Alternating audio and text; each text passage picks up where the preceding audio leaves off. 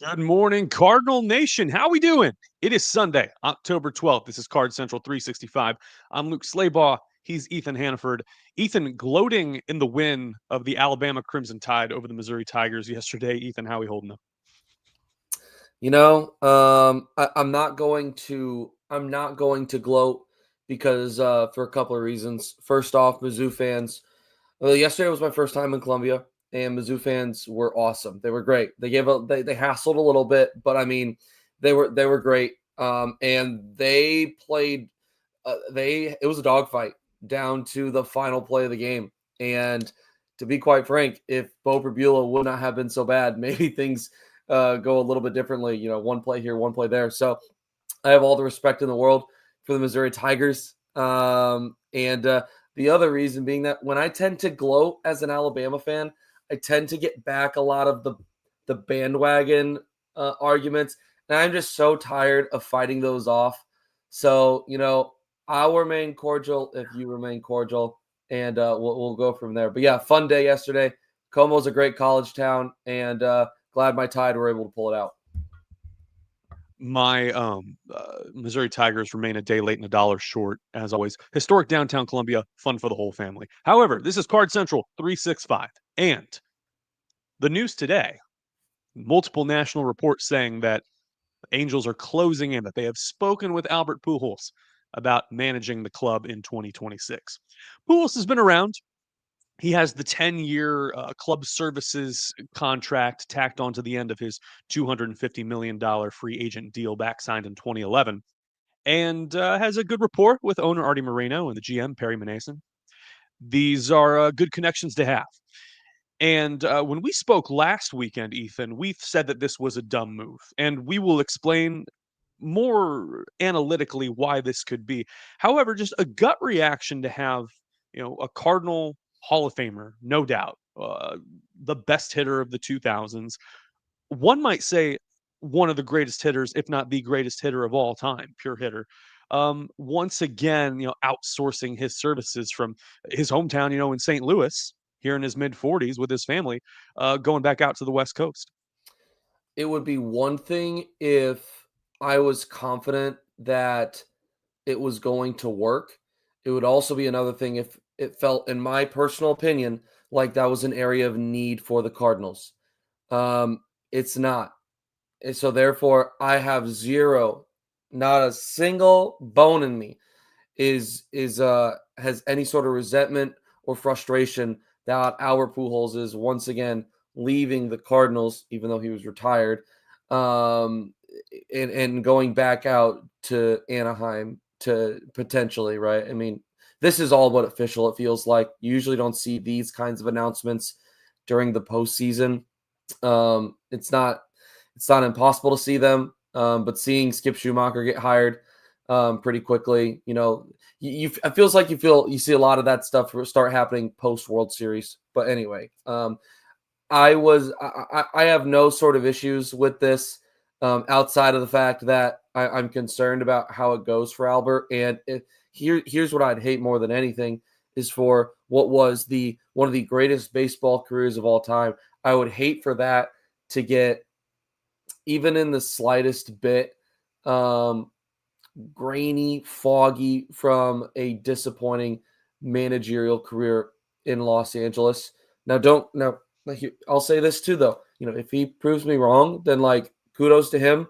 I wish nothing but the best to Albert Pujols wherever he goes. He could be with the Chicago Cubs, and I would still wish him the absolute best. But man, it just on the outside looks like a tough situation. And I know, like you said, we're going to take a little bit of a deeper dive into why this historically hasn't worked very well. and considering some of those things, it makes you think, man, I hope it doesn't grain up or cover up the phenomenal career that Albert Pujols had. You find that to be the case when people make a nostalgia hire or teams go out and get a legacy hire. They bring in a well-known name or a talented intellectual player and they put him in the dugout. It doesn't always work out, and it may stain the legacy or leave a bad taste in people's mouths about what the player meant to the team or the city. So, for one thing, I think the Cardinals benefit that they dodge a bullet, that you have an ambitious player recently retired trying to become a manager, maybe try somewhere else first. And LA loves shooting from the hip, loves making these big swing moves. Artie Moreno Yeah. trying to throw some flash, being the 10th most relevant sports franchise in LA. So that's one thing that we can talk about. And circumstances change. We're under a CBA that's about to expire at the end of the 2026 campaign. The game has changed a lot since Albert Pujols broke into the league, and it's changed a lot since he signed with LA. I woke up early this morning. There's a race going on outside my apartment anyway, so I wasn't sleeping. But I decided to crunch some numbers. And get this: since Albert Pujols left the Cardinals to go to the Angels, there have been 83 new managerial hires in Major League Baseball. Okay. I feel like a lot compared to leagues like the NFL, where there are 7 new coaching vacancies every season. But 83, that's good enough for 2 per club. Some have had more consistency and long-term manager stays compared to others. 46 of those 83 had no previous managing experience at the major league level, more than half. 7 of those are egregious examples of guys who were hired from the broadcast booth with no coaching or managing experience at the big league level, or hired as a legacy hire, a former player, a Hall of Famer, or were so far removed from any connection to the game that it made zero sense. For argumentative purposes, I'm not counting Tony La Russa with the White Sox as an egregious hire. He did make his mark as a manager with the Cardinals, retired, came out of retirement. So he is not one of these 7. The most recent example would have been David Ross with the Chicago Cubs back in 2020. I am getting so many calls today. And then prior to that, Aaron Boone out of the broadcast booth for the New York Yankees. Boone hyperinflates the numbers because the Yankees haven't had a losing series since the early 90s. But these 7 managers have combined to put up a .517 winning percentage. In more than 5,200 games, that's 32 combined seasons. They have gone 39-48 in the postseason. 1 National League pennant, 1 American League pennant, and the 1 NL pennant, our very own Mike Matheny, who went 591 and 474 in his tenure with the St. Louis Cardinals. All this to say, these teams, and again, this is hyperinflated by Aaron Boone in New York and Mike Matheny, the other sole above 500 manager who was hired with no experience whatsoever. Those 2 carry the lot.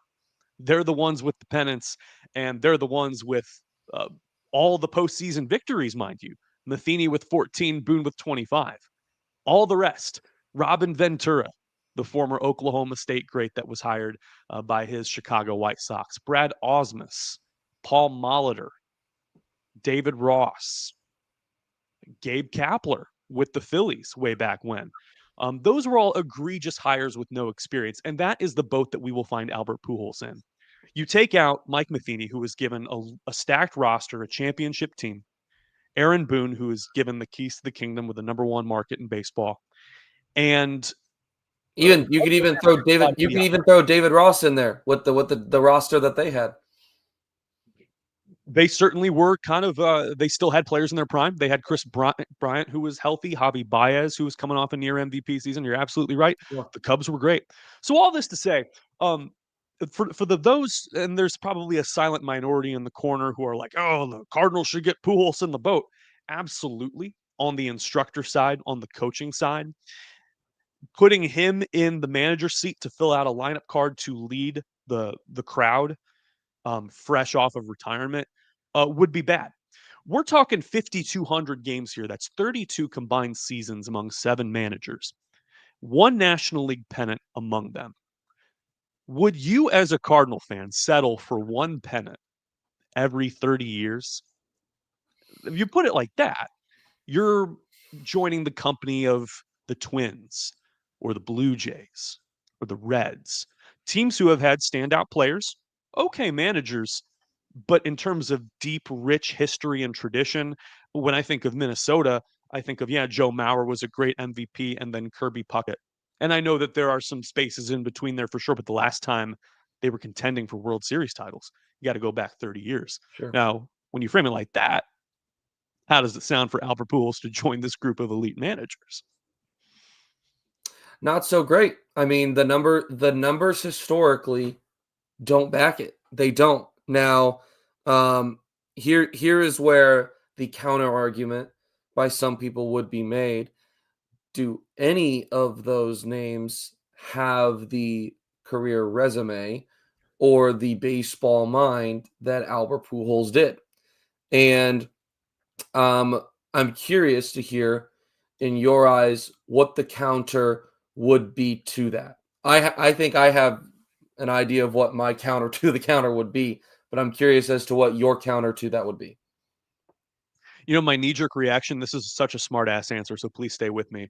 You want to talk about a super talented player, all star, who was given an amazing opportunity to manage, but never managed a game. Carlos Beltran. Uh, Obviously, his connection to the Astros cheating scandal soured what could have been his first managerial gig. He had 1 year of coaching experience in Houston, and we all know how that went.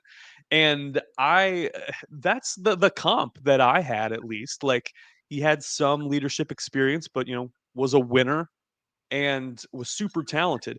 Just because you're a super intelligent baseball mind does not mean that you will make the best manager.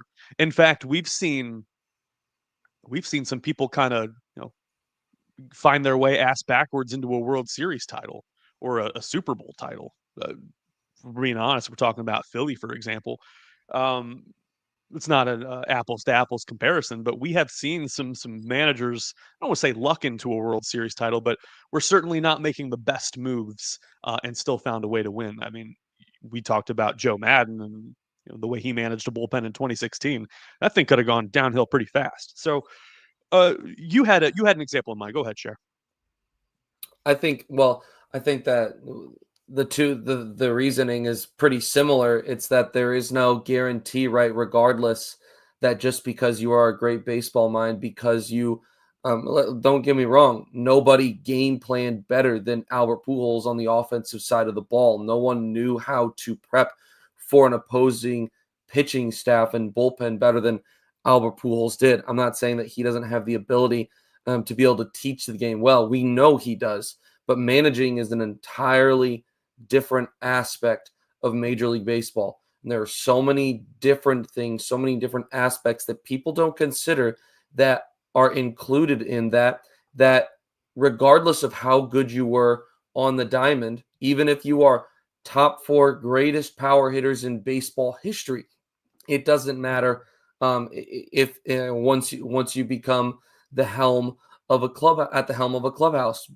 And I know Albert was an excellent clubhouse leader his entire time in St. Louis. I'm sure that he was in Los Angeles as well. There's so many other parts of the game as well that you don't consider that managers do, that players don't have to worry about or consider. Like I said, it's not me negating and saying Albert Pujols doesn't have the ability someday to be a good player manager, but the way in which you are taught the game, I think, is important. And throwing yourself into as disaster of a situation in Los Angeles where nothing has gone right for how many years? When was the last time that things went right? It's been 20 years. It's been 20 years since things went right in Anaheim. Where like you said, you have an owner that likes to shoot from the hip and is all about the free agent splash guys. When was the last time that they had a top prospect that hit? Yeah, I am nervous. I'm hesitant. Being one that loves and respects Albert Pujols. I mean, you see his picture behind me.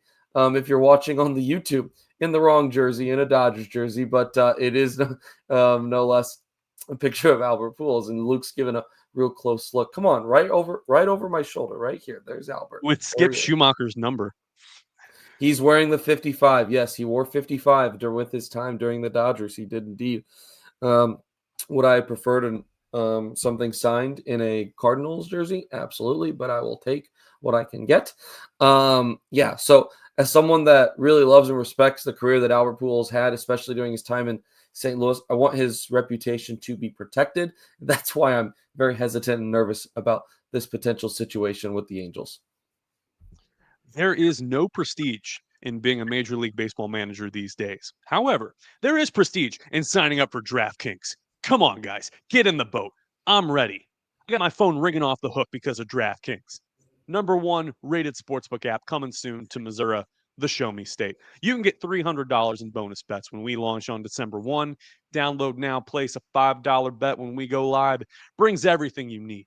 DraftKings Sportsbook, live in-game betting, lightning fast payouts, endless ways to get in on the action, all right from your phone. When we officially go live in Missouri, you'll be betting with the Sportsbook app trusted by millions, safe, secure, and with fast money withdrawals. Download the DraftKings Sportsbook app now. Use the code STL Sports to grab $300 in bonus bets with just a $5 bet when we go live December 1. That's code STL SPORTS in partnership with DraftKings Sportsbook.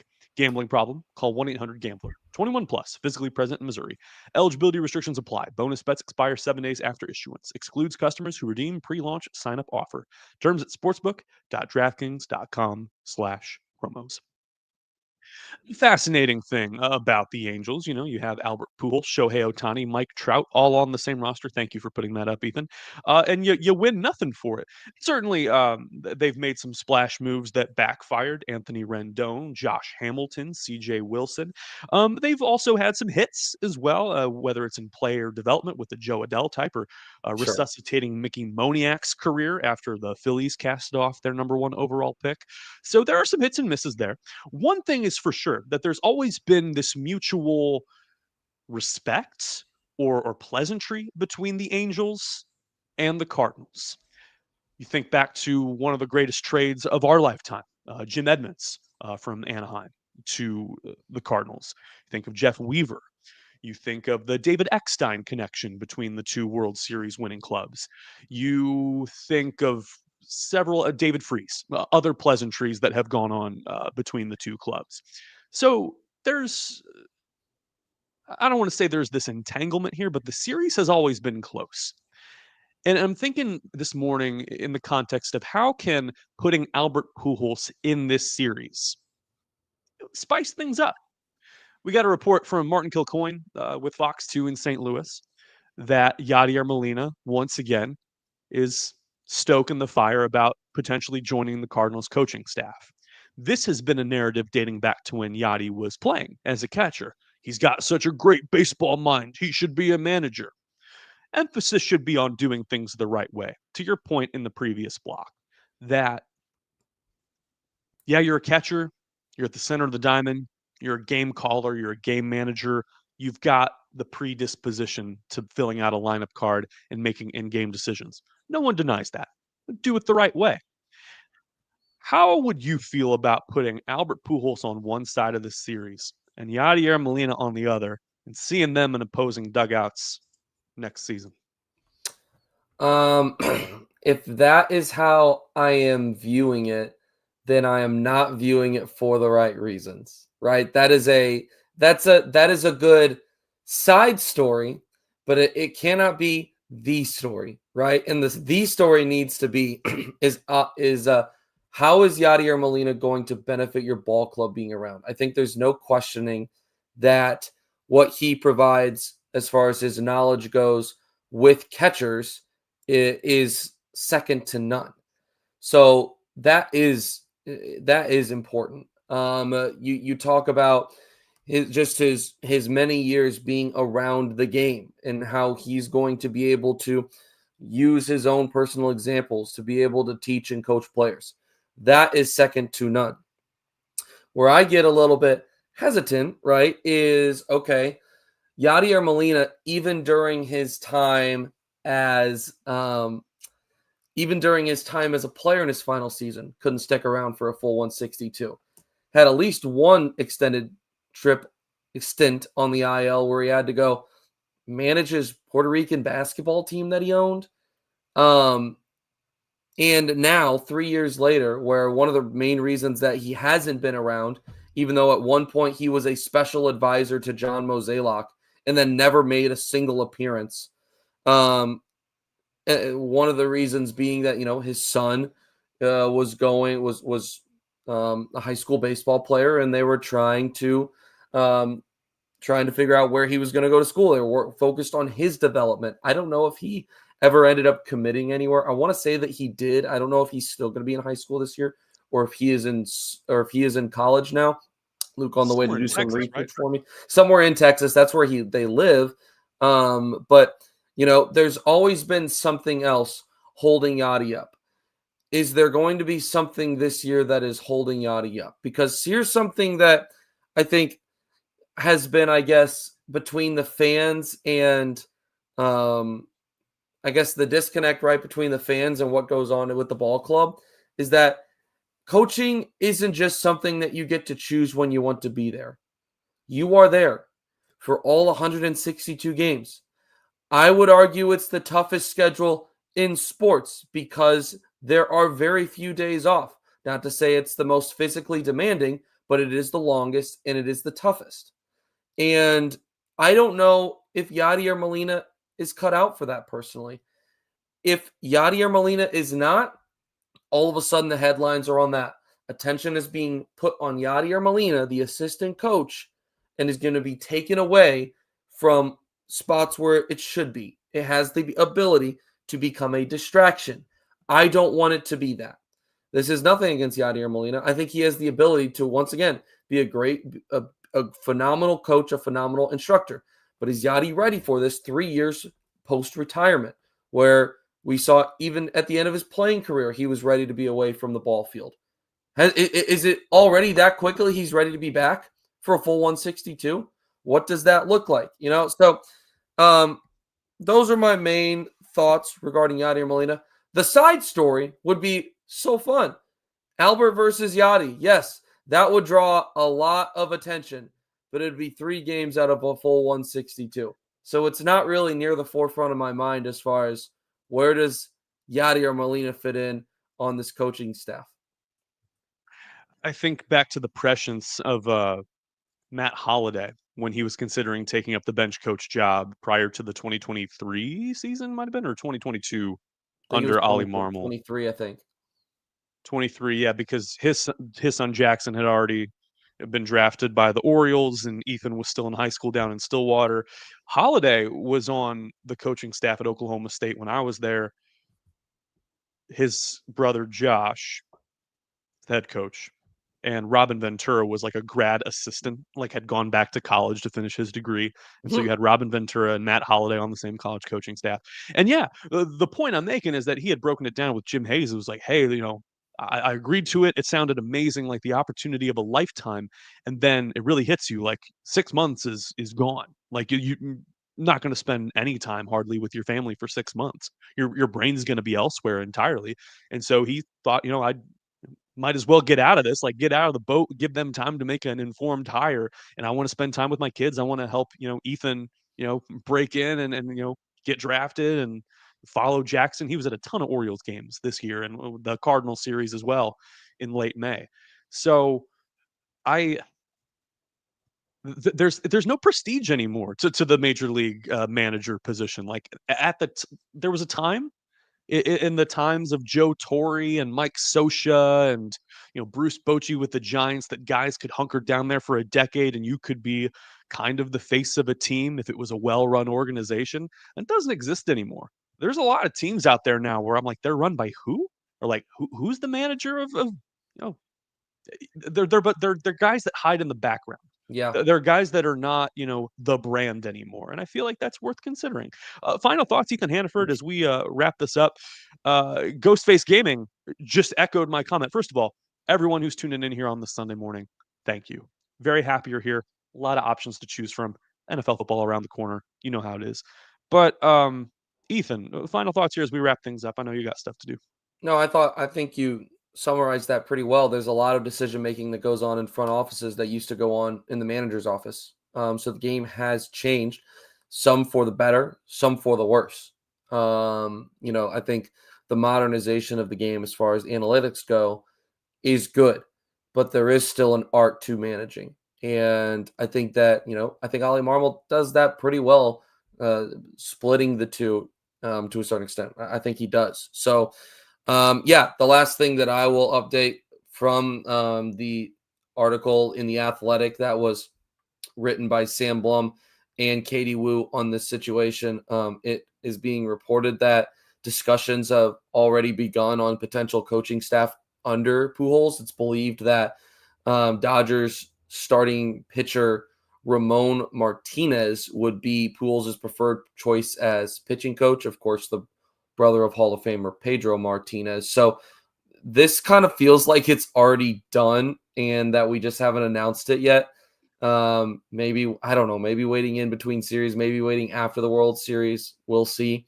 But, it's most definitely going to draw a lot of attention to fans. And the last thing I say, the last thing, is honestly, to a certain extent, part of me is glad that Albert's getting a position in managing in baseball, because it is one less it's one less person to I guess be advocating that should have the position instead of Marmol, because that still seems silly to me. So best of luck to Albert Pujols if he ends up getting that job. But I think we're good here in St. Louis with the coaching staff we have right now. You see that those pennant-winning teams that John Mozeliak and Walt Jocketty had constructed, you see the coaching tree kind of fizzle out from Tony La Russa. Skip Schumacher getting his chance. Ollie Marmol coming from that tree by way of Schilt, by way of Matheny, by way of Tony. You see Daniel Descalso on the bench. That team had so much good baseball acumen. Um, Everyone still is around the game. I mean, Jim Edmonds was broadcasting not too long ago. And one thing that I'll say before I close this out is just, what it can mean for Pujols to assemble his staff with the knowledge he has of the Cardinals organization, and maybe some of the players that he either brushed against, rubbed shoulders with, or um, mentored or learned from. I remember he was close with a Juan Yepes type. But what, you know, maybe there are some candidates for trades. It's been a minute since the Cardinals and the Angels have done trades. So maybe they see something in a Jordan Walker. There was the what's it called? What's the website that's kind of the blog, the fan sided, the one that runs for the Angels, Halo Hangout, says the Angels might find a great perfect catcher solution by trading with the St. Louis Cardinals. They're advocating for an Ivan Herrera trade. Oh, brother, give me a break. I don't know. I don't know. It's a rebuild. It's a rebuild. He's Ethan Hannaford. I'm Luke Slabaugh. I've trolled you enough today. Have a wonderful Sunday. This was STL Sports Central, Card Central 365. We're presented by DraftKings. The crown is yours.